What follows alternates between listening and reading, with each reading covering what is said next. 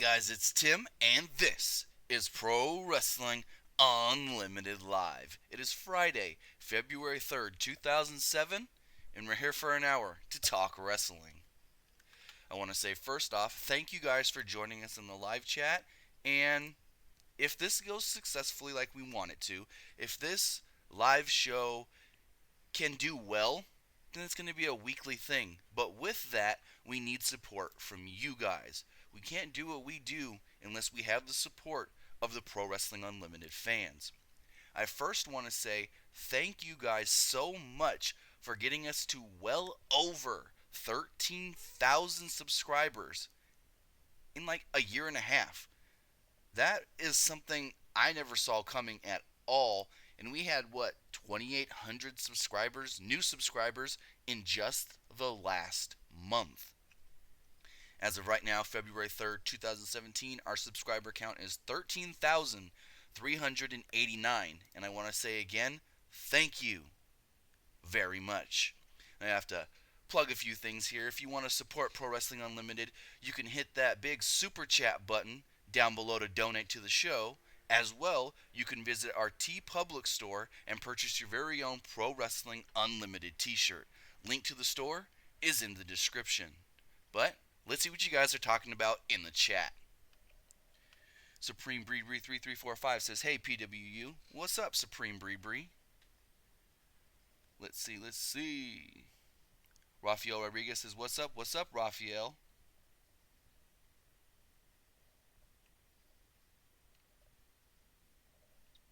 What else you guys saying? Kurt, I hope I say your last name. Hurtu says, "Get well, Rollins." We are going to talk about Seth Rollins first here in a moment. We just really hope Seth does get better and gets better quickly. WWE did send out, I guess, a press release or whatever on their app through the WWE website saying that Seth will not be competing this week at live events. It was pretty much common knowledge. But hey, you guys are already talking about Seth, so let's talk about Seth. As of right now, all we know is that Seth Rollins suffered a possible MCL tear. If it is a minor MCL tear, like many are saying, then Seth could be out 8 weeks, maybe 6 weeks. That'd be pushing it. 8 weeks is what they're hoping. Now the issue with that is that 8 weeks from this week, pretty much WrestleMania week, and that will be pushing it so close to, I guess you can say, almost screwing up WrestleMania.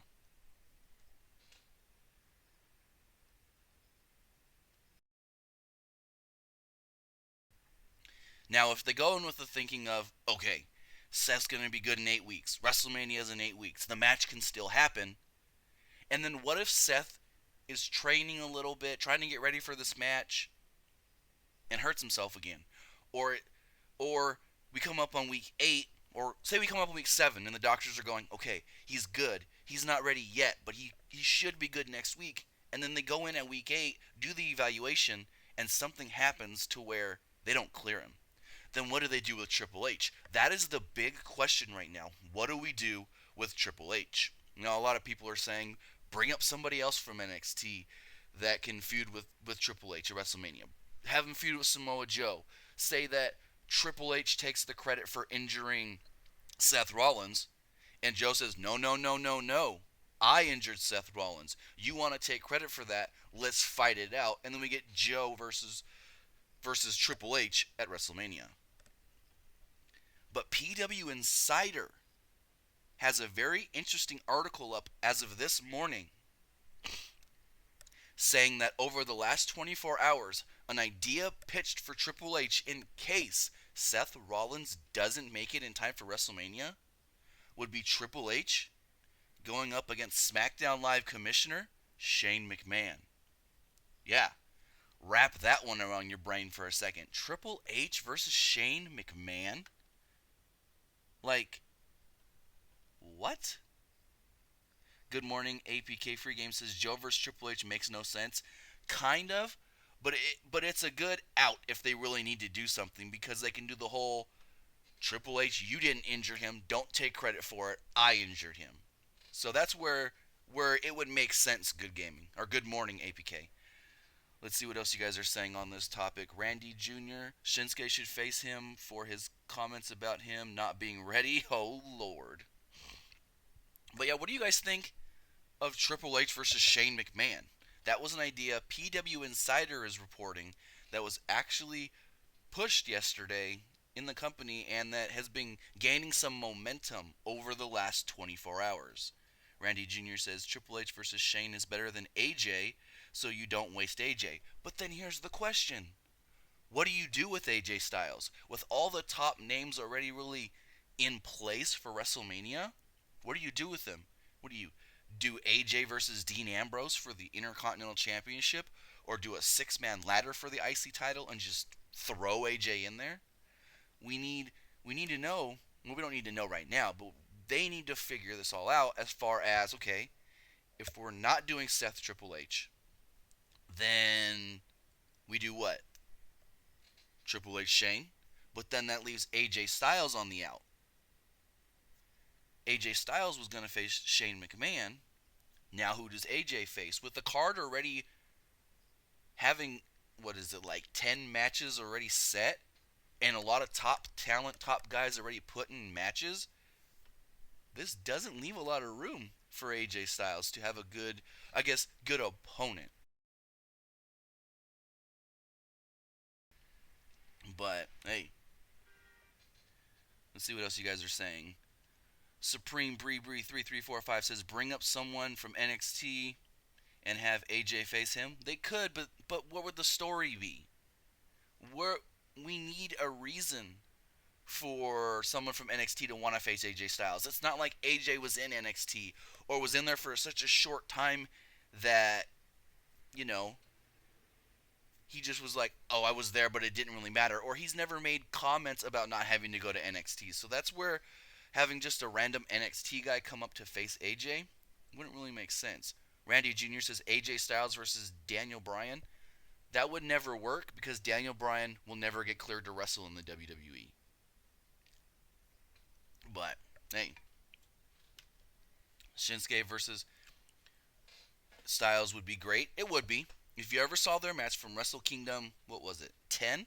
2016, the New Japan January 4th show. Amazing match. Mirren Baskar, Roman versus Undertaker. Yes, the plan right now is to do Roman Reigns versus Undertaker at WrestleMania in hopes that it can help build up Roman Reigns as a bigger star. But let's see. Ty's Vid says it should be Triple H versus Seth. It's like WWE tricked us all. It should be Triple H versus Seth. But if Seth can't come back in time, if Seth is legitimately hurt, like we know he's legitimately hurt, but if Seth is so hurt that they can't clear him in time, they have to go another route. And this would be the second year in a row that they couldn't do Triple H versus Seth Rollins.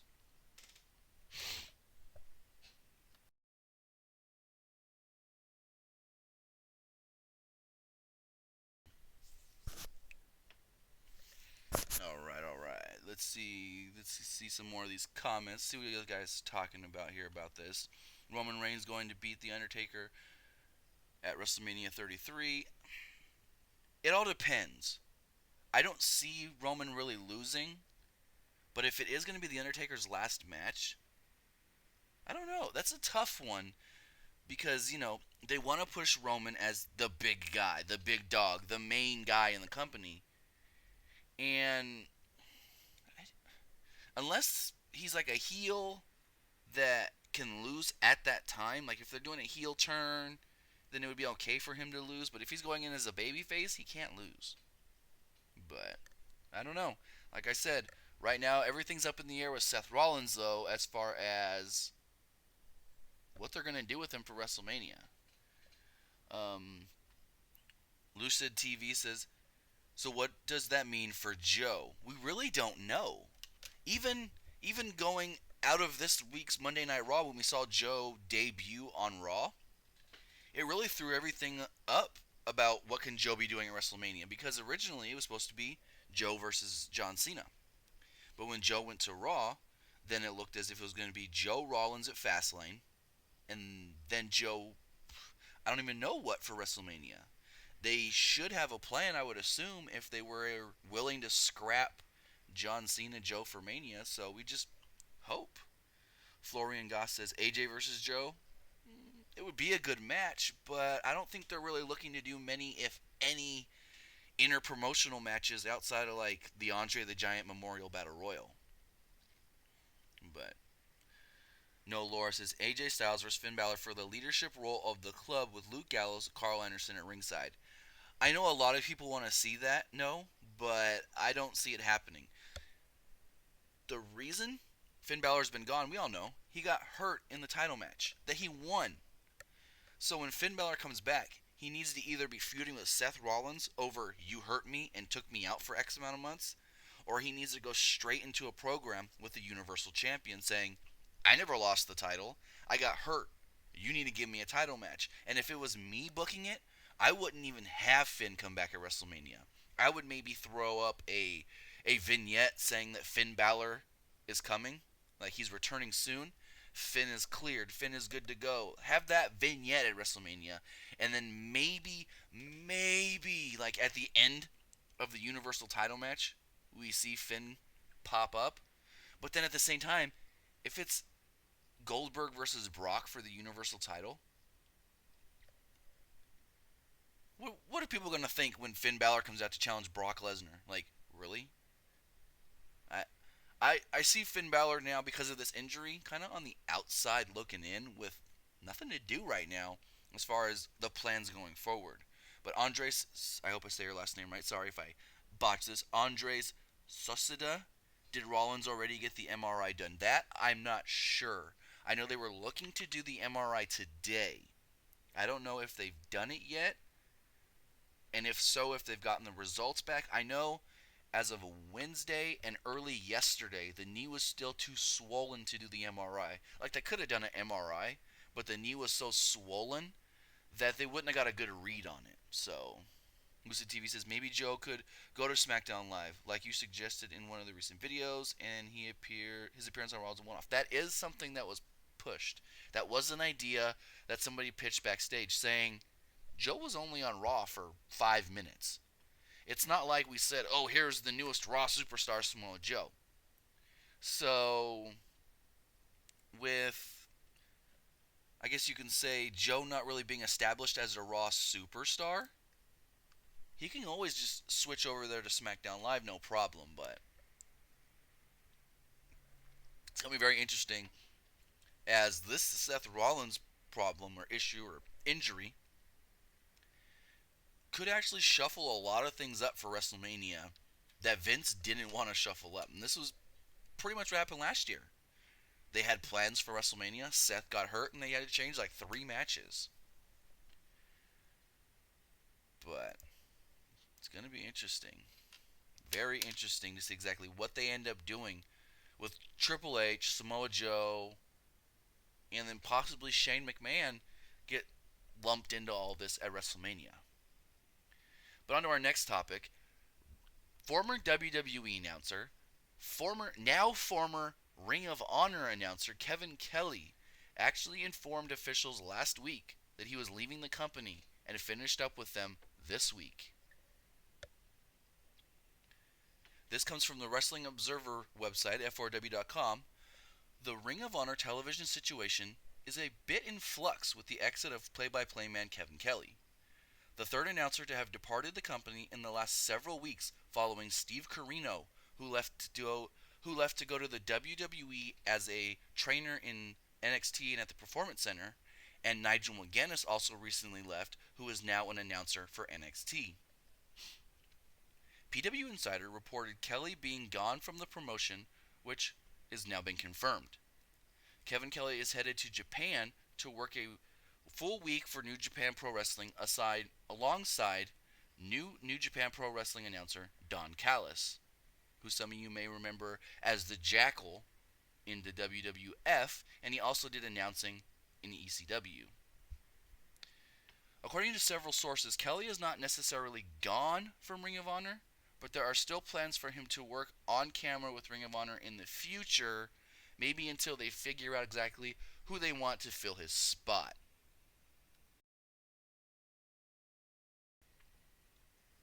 It's really unknown exactly why Kevin Kelly has left Ring of Honor. From what I've heard, he actually the last year was working a front office position, and he was more of a liaison going between like top officials and talent. So he was more like, I guess you could say, like in WWE's perspective, he was a producer kind of role in Ring of Honor. But that's three announcers that have left Ring of Honor in the last 30 days, really. We knew about Steve Corino around the end of December.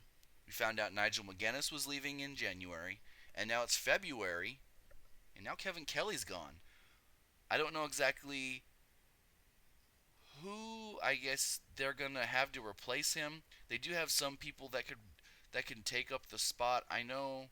Oh, the name is giving me a blank, but the guy that announces the Women of Honor matches, I know he's up for consideration. But then you need, I mean, you have him as play-by-play, but who do you put in there for color? It's gonna be very interesting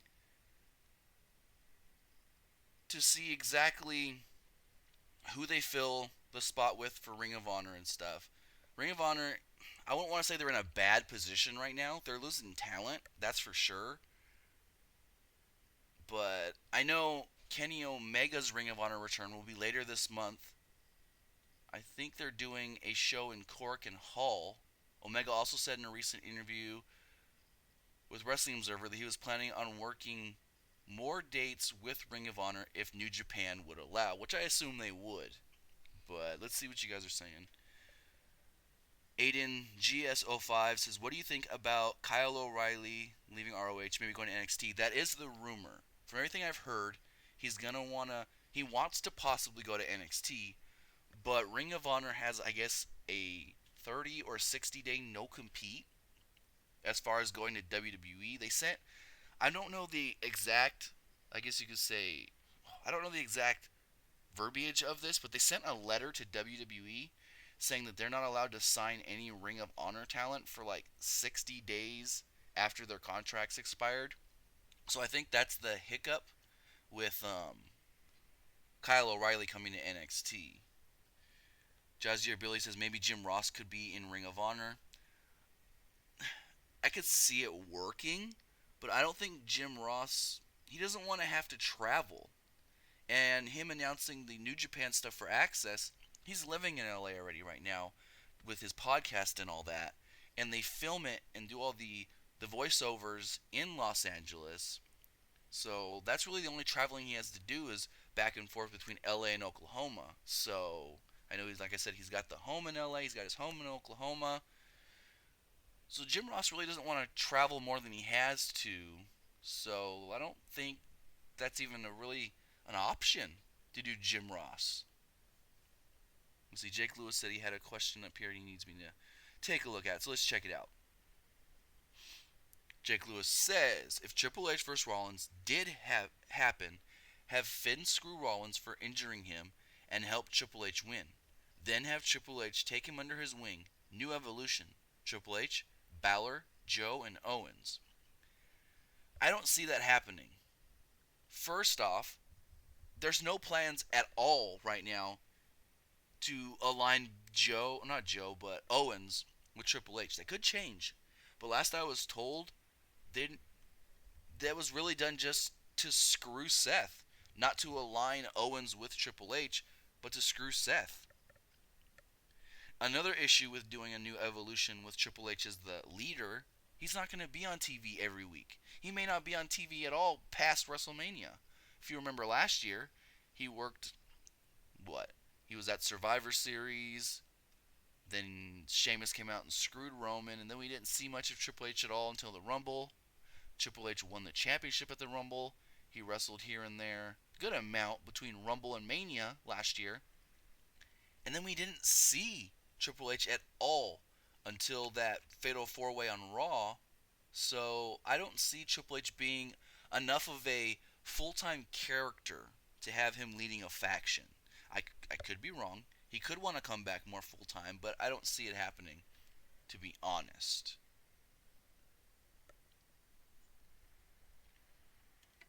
Funky Chicken 20 says, "What do you think of WrestleMania if WrestleMania was in Wembley? WrestleMania, I can probably say this with 98, 99% confidence. WrestleMania will never be outside of the continental United States. Well, the continental North America. Never be outside of North America. I can see them doing a WrestleMania maybe in Toronto, but other than that, WrestleMania will always be in the United States. Because here's why. If you look at the people that go to WrestleMania, the majority are all from the United States. Now, if you look at the people that travel, they're all from other countries. Okay, we can't really, that's apples to oranges because we never really had a WrestleMania outside of the United States. So we don't know how many of these Americans would travel to another country. And that's the thing that WWE is worried about. The worry in WWE with doing WrestleMania overseas or in another country, on another continent, is that the American fans that are the majority of the fans that do come to WrestleMania aren't going to want to pay to travel. They're not going to want to go to that other country for WrestleMania. Now, doing it in Canada, I can see that being plausible because it's not like you got to pay for an extra long flight, because flights to go overseas is going to be more than a flight just from US to Canada. And that's their big worry, is that say they try to do a show in Wembley. It's going to draw less than, their fear is that it'll draw less than like WrestleMania 20, what was a low WrestleMania? WrestleMania 28, WrestleMania 27. So that is the one fear WWE does have with trying to possibly do a WrestleMania in the UK or in another country. Now, could we see them try to do like a SummerSlam or Survivor Series? Oh yeah. And they could maybe do that as a test. But doing the WrestleMania, I just don't see, excuse me, I don't see the American fans being willing to travel to another country and put in a full like 3 to 5 days that you have to put in to do the WrestleMania trip if you're going overseas. Because if you're just here in the States, then you're going to, say you're going to Access and Hall of Fame and all that. That's a 3-4 days. You can leave day of and come back night of or next morning. But if you're going to be coming from another country, you got to add a day or two extra for travel. And what if something happens and you're stuck overseas and you can't contact your family back here? I know you're going to say, well, what about us in the UK? But let's see, Jake Lewis says there are enough fans in the UK for a Mania here. I think the real problem is the time zone. That is another big issue.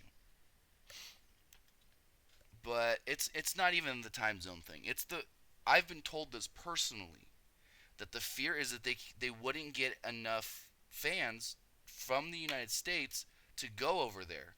And yes, you can say that there's enough UK fans that would want to go to WrestleMania, but we don't know that. So, also I think they can, I think for what they want WrestleMania to be and what they want to charge, I was also told they might be able to charge more for tickets and stuff if it's here in the United States. So, let's see what you guys are saying here in the chat before we go to our next topic. But Aiden GSO5 says, what do you think about a fatal 4-way match between Bray Wyatt, Orton, Cena, Styles at WrestleMania? I think it's unrealistic, but it is an option for AJ Styles. It's not going to happen at all, and I'm actually, that leads us right into our next topic, John Cena at WrestleMania. Now you're asking a fatal 4-way match for the championship. The plan right now is for Cena to drop the title in the Elimination Chamber, Bray Wyatt to walk out the Elimination Chamber the champ, and then we get Bray Wyatt versus Randy Orton at WrestleMania. Now on WWE.com and on WWE social media platforms, they're trying to push that the main event of WrestleMania is going to be John Cena, Randy Orton. But you already, I'm not even saying this with the fact of we know, what am I going to try to say? We know as smart fans, I guess you can say, inside people, we know Bray's going to win the title in the Elimination Chamber. But they already ruined this, giving us John Cena versus Randy Orton for free on SmackDown next week.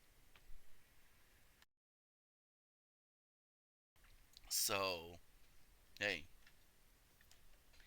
Now, as far as what is John Cena doing at WrestleMania, the plan right now, like I said yesterday, I can confirm this. I can say this with like 99% confidence.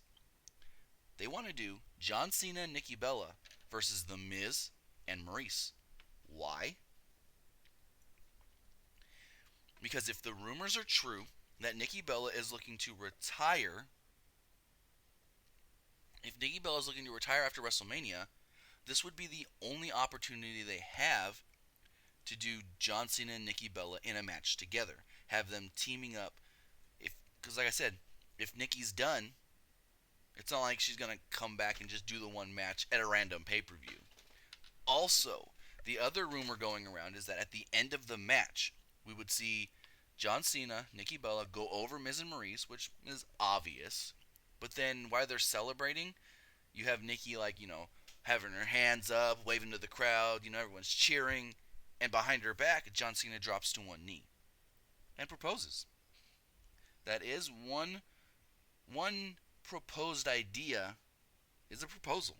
John Cena finally proposes to Nikki Bella, and this was kind of, I don't want to say that this has actually been the plan for a long time, because I don't know that. But some are saying that the reason Natalya keeps bringing up the whole "you're gonna die alone, John will never propose and marry you" is because this was a plan. I don't know that for sure, but some are saying that this was pitched a long time ago, and that this was actually in the plans for WrestleMania months ago. So it's gonna be very interesting if that's the way they go, because I know a lot of fans are just, they're gonna use it as their piss break. They're gonna use it to go take a potty. I mean, Miz, John Cena. We've seen that at WrestleMania. WrestleMania 27 main event. Rock screwed John Cena. Miz ended up winning. But I don't know. In my opinion, I know they can do better with John Cena. They probably even do better with The Miz.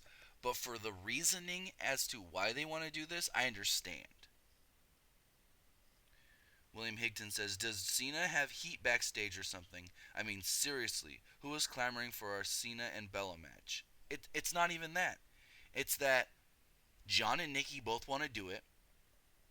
They're both very valuable to the company. WWE wants to keep them happy. It's probably the only opportunity they're ever going to get to do the match. So I feel like that's why they're going to do it. Because, one, if John Cena wants to do it, they're going to say okay because John Cena gets his way.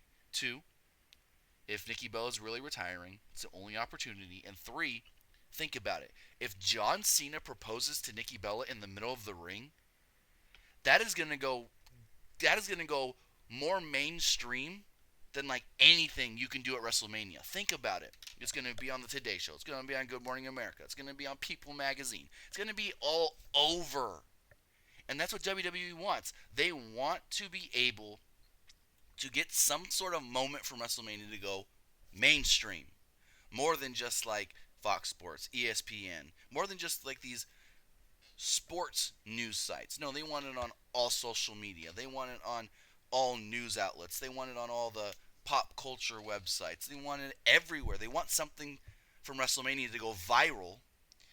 And I feel if you have the shot of, I don't know how many people we're going to get at WrestleMania this year, maybe 70, 80,000. If you have the shot of 80,000 people on their feet cheering, John Cena down on one knee, holding Nikki Bella's hand, her crying in the middle of the ring, like, what better shot can you have to go mainstream, to go viral, to have in magazines? Like, I understand exactly why they want to do this. It's going to put a lot of, I don't want to say emphasis on the match, but at the same time, what if John doesn't propose after the match? Is it all for nothing? So, like I said, I know why they want to do it, but a lot of fans aren't going to be happy about it just because it's John Cena. You want to see him, whether you love or hate John Cena, you know he can pull off great matches. and you want to see him in a great match at WrestleMania. So let's see. Eric Stebek says, "Will Ty Dillinger get a spot on the main roster, or will they do what they did with Sami Zayn at the Royal Rumble 2015?" As of right now here's a spoiler alert, but as of right now, based off of this past week's NXT tapings, Dillinger's still in NXT for the long haul. I see Dillinger staying in NXT till at least WrestleMania weekend. Dillinger is still feuding with Eric Young and Sanity, and they filmed, what was it, 3 weeks of NXT this last Wednesday, and they did a couple different things. That it was Eric Young versus Sanity. Eric Young was, I don't want to give away too many spoilers, but Eric Young had two other wrestlers come down there and save him to set up tag matches against Sanity. So, not Eric Young, but Ty Dillinger, sorry, had two other wrestlers, I'm not going to name it because I don't want to give any spoilers, come down and save him. So we're still doing the Sanity versus Ty Dillinger stuff, and it kind of makes sense because if you look at the match they had in San Antonio, it wasn't a blow off. It seemed like, they were still really building up to something, and that could lead all the way to Orlando NXT Takeover. Let's see. Jazzy Billy says maybe WrestleMania they can do a ladder match for the Cruiserweight title. That's an idea that I've been throwing out there.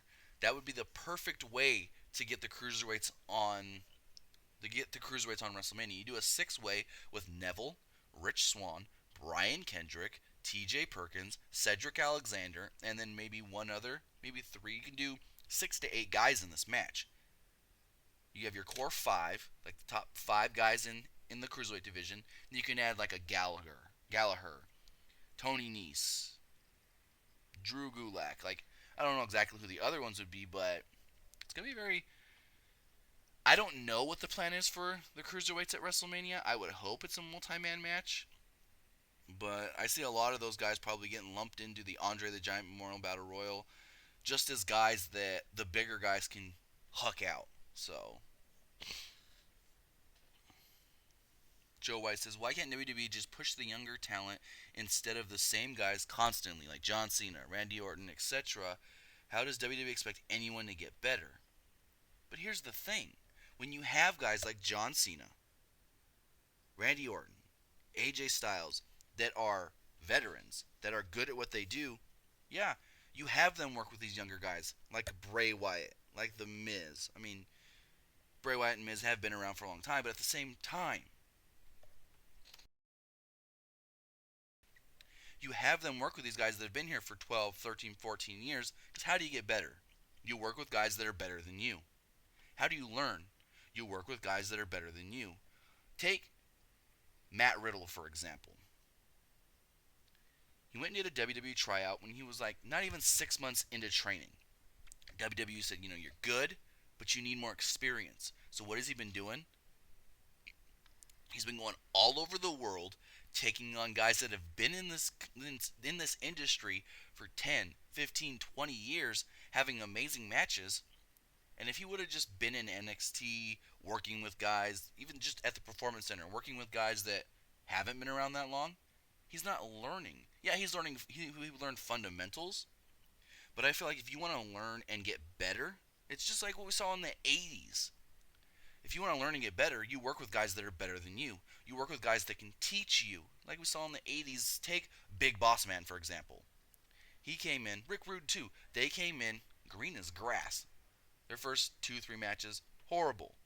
2-3 months in, they were great because they're working with guys like Dusty Rhodes, Nikolai Volkov.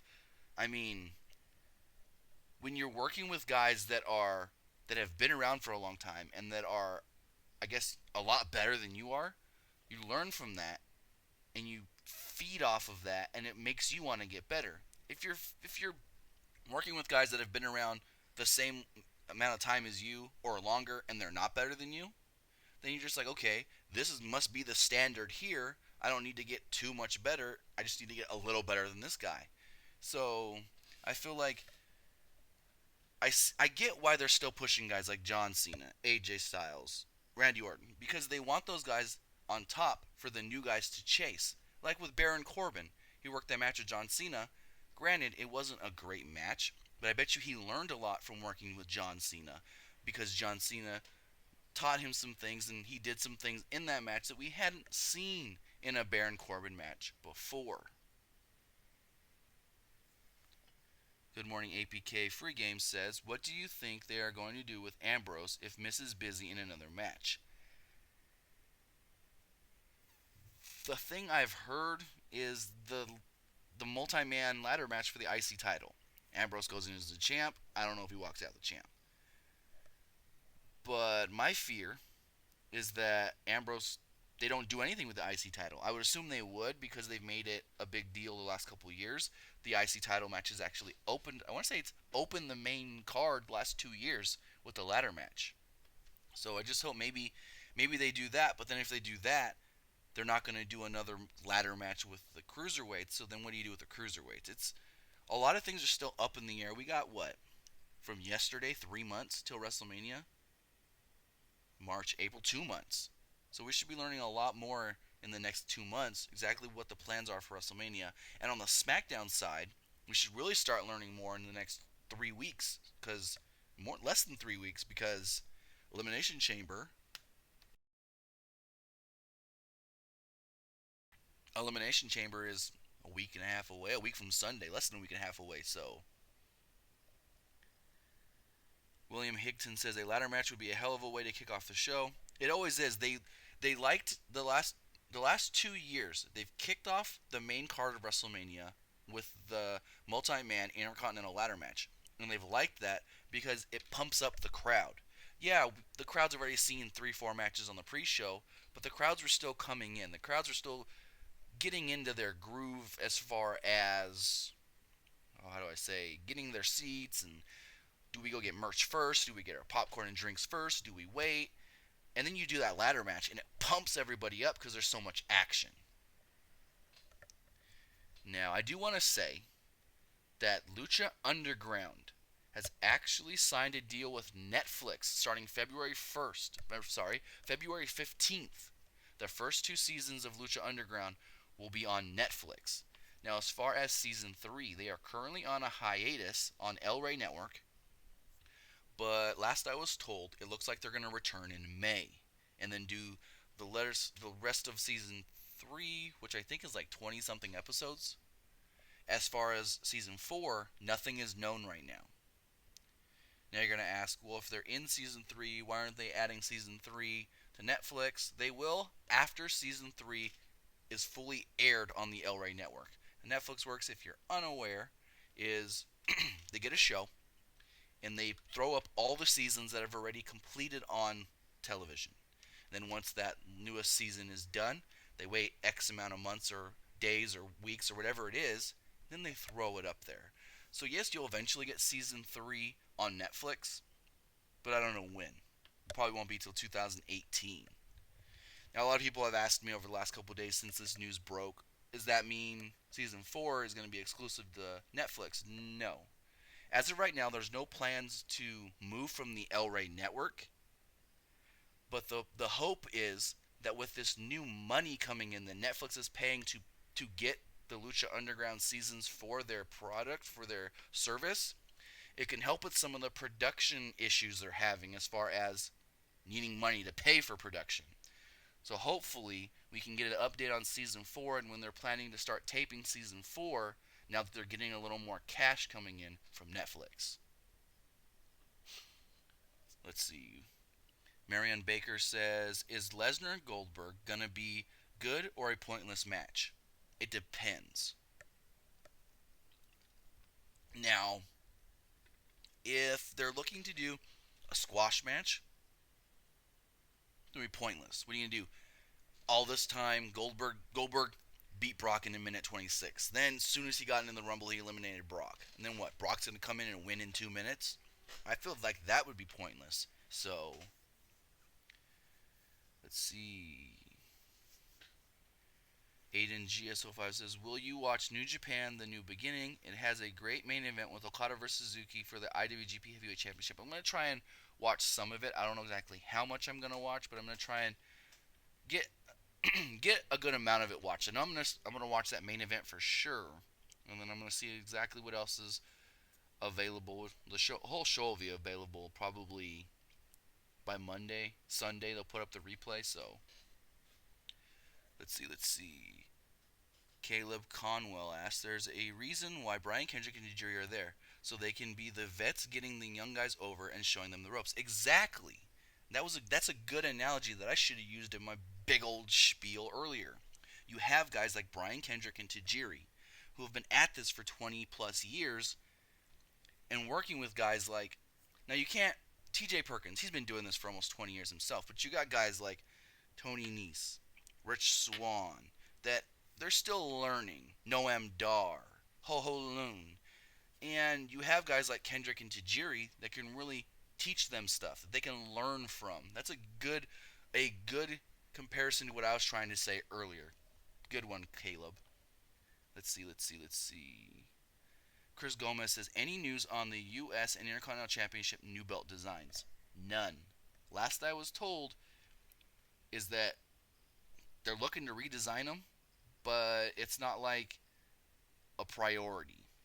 A guy on Reddit said that he was tasked to work on the redesigned belts for the belts, but then nothing else was of that. Like that was like 3-4 weeks ago.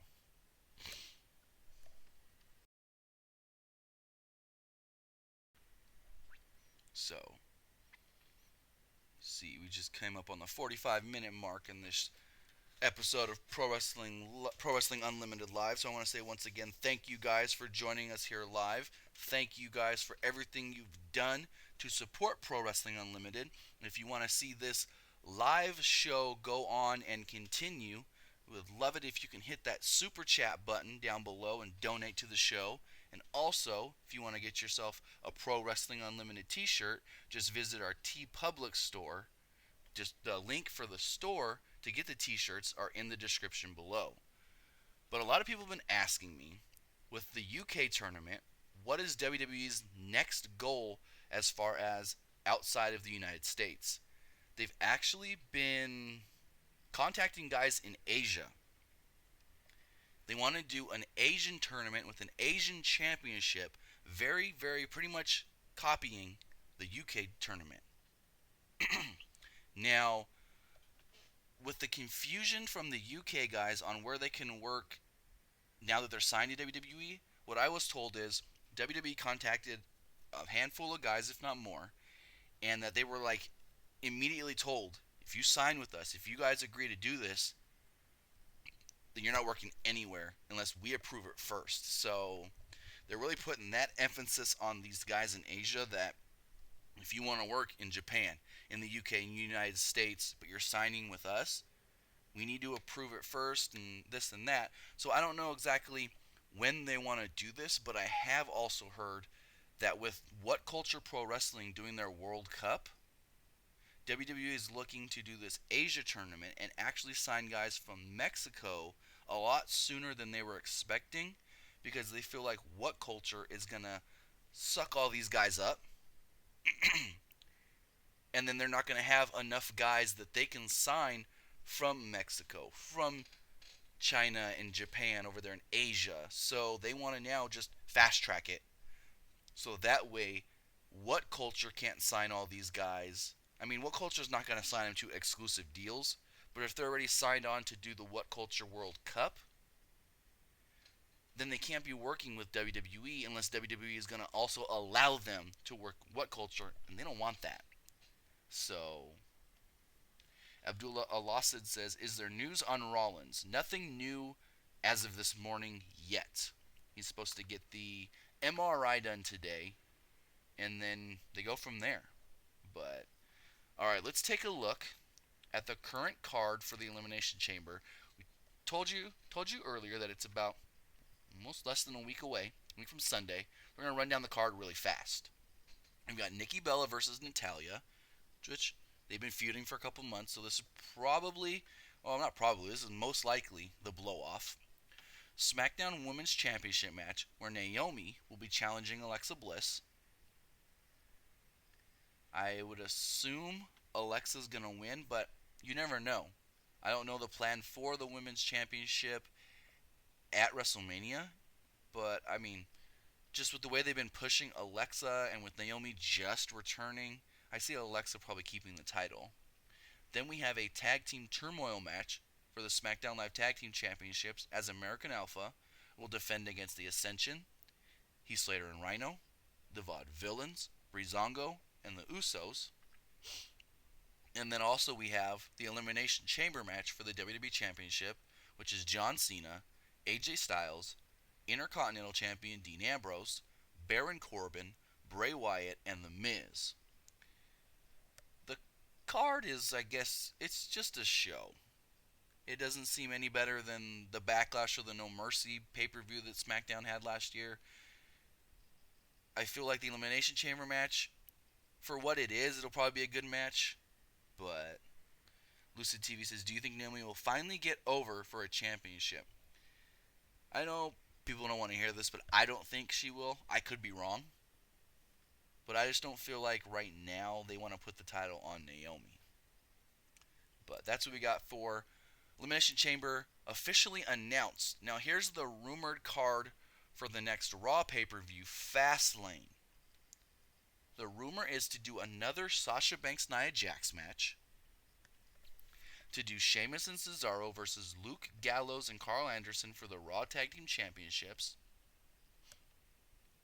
to do Roman Reigns versus Braun Strowman, Sami Zayn versus Chris Jericho for the WWE United States Championship, and Goldberg versus Kevin Owens for the WWE Universal Championship. Now keep in mind, none of this is confirmed. This is just the rumored card for Fastlane, which is March 5th, and it's for the Raw brand. So that could be a good show. I mean, Sami Zayn versus Chris Jericho for the title, good match. Goldberg versus Kevin Owens, it's what it is. Sheamus and Cesaro, Gallows and Anderson, if they give it enough time, I can see that being a good match. Roman Reigns versus Braun Strowman, I mean, it's what it is. I mean, I see this other than, well, yeah, I see this probably being better than Elimination Chamber, but Funk Chicken 20, would you like to see WrestleMania 40 in Madison Square Garden? Be cool to see it back in Madison Square Garden, but they're never going to go back. They want stadiums. They want 60,000 plus at WrestleMania. And what's the capacity at Madison Square Garden? 20,000? It's under 25,000. Let me look it up. Madison Square Garden. Madison Square Garden capacity. 20,789 is like full capacity for Madison Square Garden. So when you think WrestleMania, WWE wants like 60, 70,000 plus. So I don't see them. Plus, I've heard that it costs too much to run live shows in Madison Square Garden, for the WWE at least. I know UFC did one, but... Alright, guys, we got about 7 minutes or so left here on the show, so start asking me some questions. If you got anything you want to know wrestling-wise, you got any questions, you got anything you've heard that you want to know if it's confirmed or not, let me know, and we'll answer them here to close out the show. Let's see. Marion Baskar says, AJ Styles versus Finn Balor, possible in a few years? It's always possible. Anything's possible in WWE, it's just timing. Guys being healthy at the same time. Now with the brand split, guys being on the same brand. It's all about not if, especially AJ versus Finn, which so many people want. It's not about if, it's about when, especially for that match. Let's see.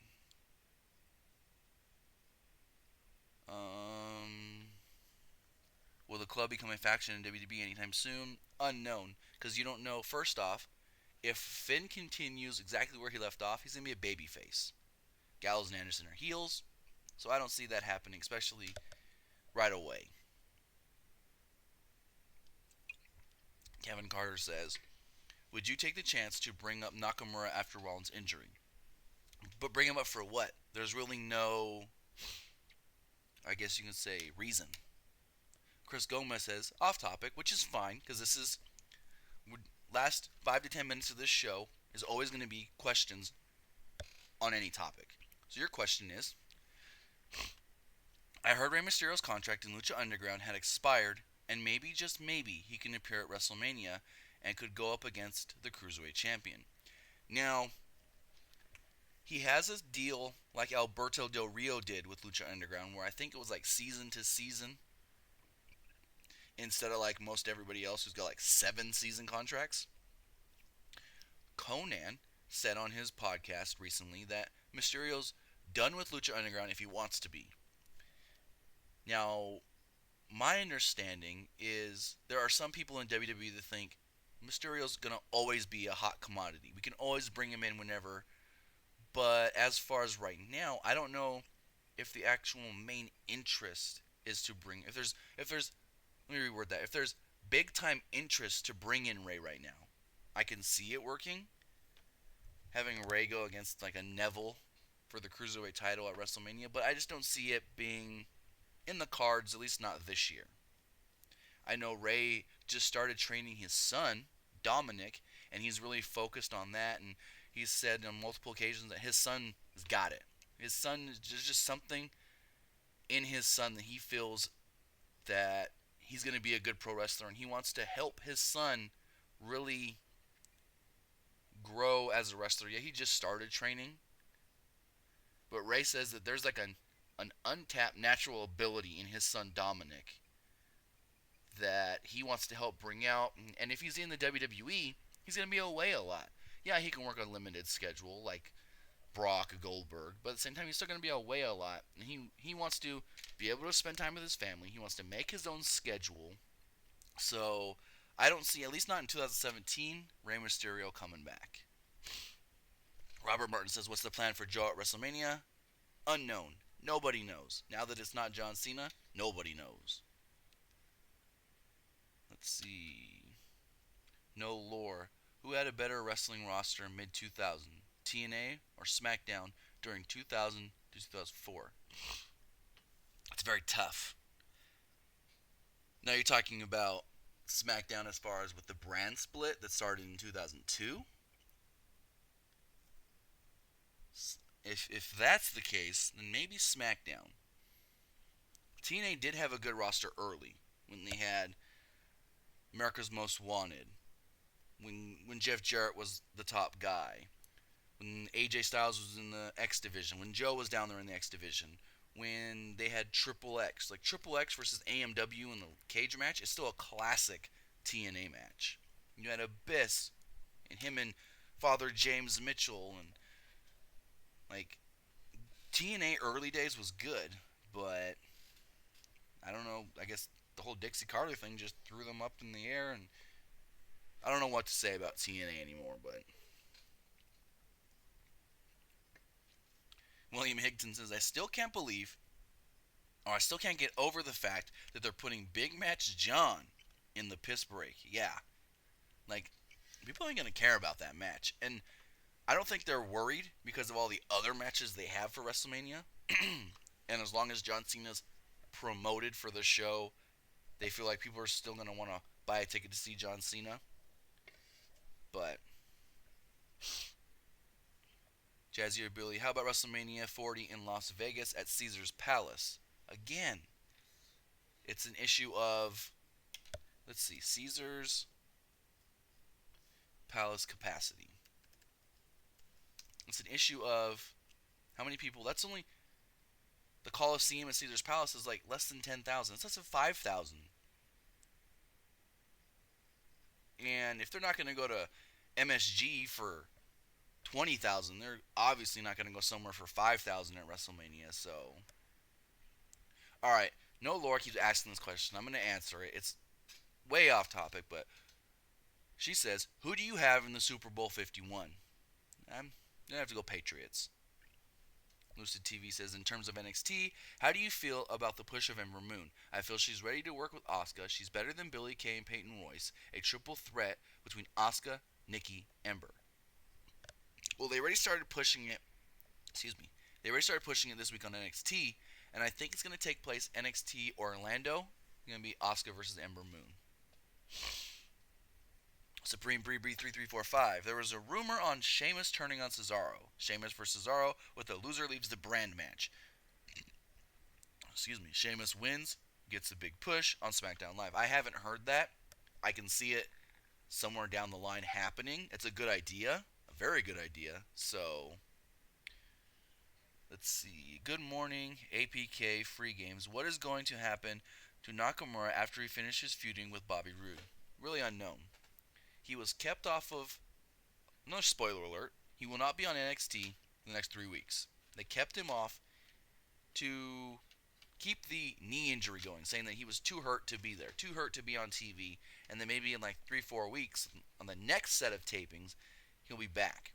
I don't know if the match they're going to do, the rematch is going to be in Orlando, but I do know they already established a new contender for Bobby Roode and the NXT Championship.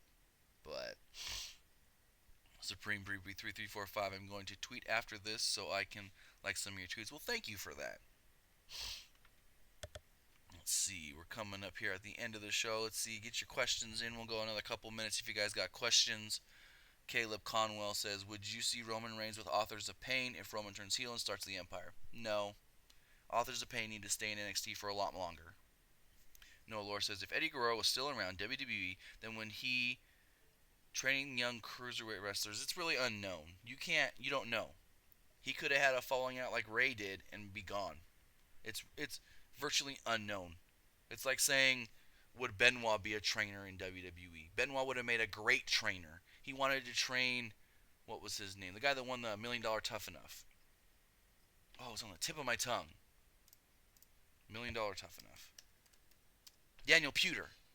When Daniel Puder was first signed after winning Tough Enough, Benoit wanted to move him to his home in Atlanta, help train Puder pro wrestling wise, because he saw something in Puder. Benoit would have made a good trainer, but again, it's really just all unknown. Jazzier Billy, do you think the Revival will debut on the main roster soon? If they do, most likely won't be till after WrestleMania. I don't want to give anything else away spoiler-wise for NXT, but they could be getting a title match here soon against the Authors of Pain. Chris Gomez, he's on this WrestleMania 40 kick. He says, how about WrestleMania 40 in Chicago or New York City? WrestleMania 40, what are we on? 33, next year's 34. We already know it's going to be in New Orleans. It's a long way away. Does Sammy go over at Fastlane? It's a very good possibility. Lucid TV is asking. It's a very good possibility because if they're going to do... No, there's two ways they can go. They want to do Jericho Owens at WrestleMania. Now you can either make it a non-title match or you can make it a title match. Either way, I think Owens is going to win because Jericho's leaving very soon, very shortly after WrestleMania. But... So I can see it going either way. You know, you can have Sammy win the U.S. title. It would be good for Sami Zayn. But you can also make the Owens Jericho match I guess, title match. Will H. Will there ever be an ECW type brand of wrestling on TV ever again? I don't know. WWE. Well, okay. Now are you saying will WWE bring it back, or is there a company similar to the original ECW that can get a TV? That's two different things. Very, very different. Let's see. Clash of a Phenomenal One. Will Corbin get a title? I know they're grooming him for a championship shot. Now, whether they want to put the title on him or not, that's another question. But I can see in 2017, Baron Corbin in a singles match challenging for the WWE Championship on SmackDown. Supreme Breebee 3345. Will there be any tension between Chris and KO leading up to WrestleMania for the match? Of course. There's got to be tension. Chris Gomez, I think you should try out for WWE as a wrestler. You want me to wrestle for WWE? I don't know about that. But, I mean, I'm, 27 years old. No training already. But, hey, you want me a wrestler or do you want me to, announce? I'd be all for that. But hey, Supreme Breebree 3345 says, or will Kevin just accidentally cost Chris the U.S. title so Chris gets mad at him and does the code breaker? I can see that. That was the same finish they kind of did at Roadblock. Kevin Owens came out thinking, I'm going to help Chris. I'm going to help my best friend. And it distracted Jericho more instead of helping Jericho, and Rollins pinned him. Will H says no another company. Oh, your ECW question. I don't know. I mean, the closest thing I guess we have right now in pro wrestling to ECW would be CZW. And I don't know if there's a TV network that wants that kind of product on their networks, to be honest.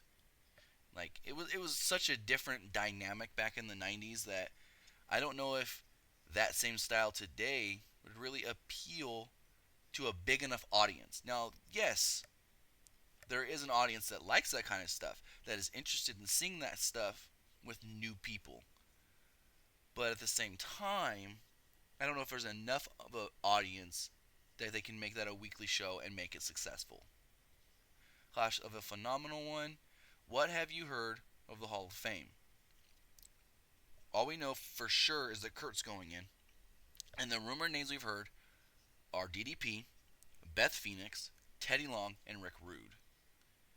Kevin Carter says, what's next for Kevin Kelly after leaving Ring of Honor? Well, we know that he's going to still work for New Japan. He's going there actually this week to do the New Beginning tour. And then be there for about a week. But after that, I'm hearing that he could still do appearances for ROH, but he's not with the company anymore. So, let's see. Coming up, if you guys got any more questions. Oops, sorry about that. I think that's going to do it for this edition of PWU Live, guys. I appreciate everybody who joined us here live. I appreciate everybody that supports us here on YouTube and all over the web, social media, Instagram, Facebook, Twitter. We got, like I said earlier, 13,389 subscribers in just a year and a half of starting this YouTube channel from nothing. It blows my mind that you guys appreciate and like what I do so much. Like, you guys don't understand how much this means to me. And the more support you guys give me, the more we can do here on YouTube. We can do more live stuff, which is the goal. If this show does well, then we'll be back next Friday. And if the Friday live shows continue to do well, then we'll add a second weekly show with, I guess I can say, the main end goal is to do a Monday through Friday live show every morning at about 9 a.m. Pacific time, of course. That's where I am. But with that, we need your guys' support. And with that, we need help. Can't do this alone. And the more support you guys give us, the more we can do for you guys here on YouTube and maybe even outside of YouTube. So like I said earlier, if you can, hit that super chat button down below to donate to the show. If you can, I understand. And if you're also interested, the link is in the description. You can visit our TeePublic store and purchase your very own Pro Wrestling Unlimited T-shirt. We should have some new shirts coming out soon. Again, I want to say thank you guys so much for joining us here on, I guess it's not the first ever edition of PWU Live, but it is, I guess, in a way. I know we've been doing the live shows after pay-per-views, which we're still going to do. But, hey, like I said, thank you guys for all the support you've given us so far. We'll be live again next Friday, and also after the Elimination Chamber. And for more pro wrestling news, keep it locked right here on Pro Wrestling Unlimited. But that's going to do it for this episode. Remember to comment below, like, and share this video. Like us on Facebook, Instagram, and Twitter. And subscribe here on YouTube.